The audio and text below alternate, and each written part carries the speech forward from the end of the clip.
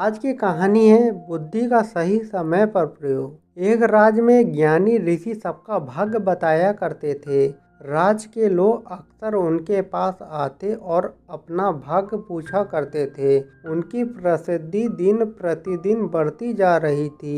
एक दिन राज्य के राजा को ऋषि के अद्भुत ज्ञान के बारे में पता चला। उनके मन में भी अपना भाग्य जानने की इच्छा पैदा हुई। उसने ऋषि को लाने के लिए अपने सैनिक भेज दिए। सैनिक ऋषि के पास पहुंचे और हाथ जोड़कर राजा के पास चलने का निवेदन किया। ऋषि ने निवेदन स्वीकार किया और राजा के पास जाने को तैयार हो गया।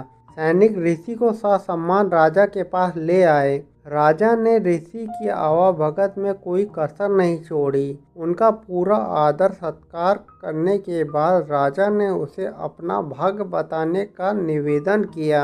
ऋषि ने राजा की भाग्य रेखा देखी और कहा, आपका जीवन सौभाग्य से परिपूर्ण है। आपके राज्य का विस्तार होगा और आपके राज्य में हर्ष उल्लास बना रहेगा।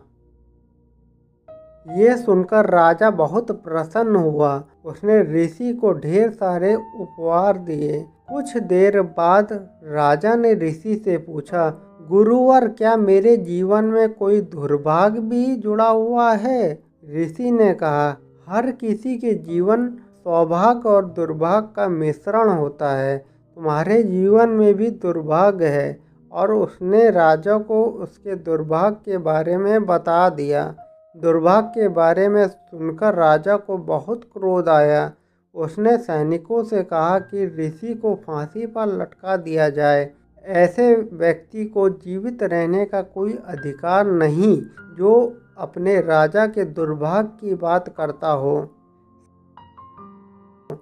सैनिक ऋषि को पकड़कर ले जाने लगे। तब ऋषि ने राजा से कहा, राजन, आपकी मृत्यु से जुड़ा सच मैं आपको बताना भूल गया। मेरी मृत्यु के ठीक 1 घंटे बाद आपकी मृत्यु हो जाएगी। ये सुनकर राजा भयभीत हो गया। उसने सैनिकों से कहा कि ऋषि को छोड़ दें। सैनिकों ने ऋषि को छोड़ दिया और ऋषि सकुशल अपनी कुटिया लौट गया। अपनी बुद्धिमत्ता से उसने अपने प्राण बचा लिए। कहानी की सीख, मुसीबत के समय बुद्धि का प्रयोग करना चाहिए। बुद्धि से हर मुसीबत से निकला जा सकता है। अगर मेरी कहानी आपको पसंद आई है तो मेरे चैनल RS स्टोरी को लाइक करिए, सब्सक्राइब करिए तथा बेल आइकन में क्लिक करिए। धन्यवाद।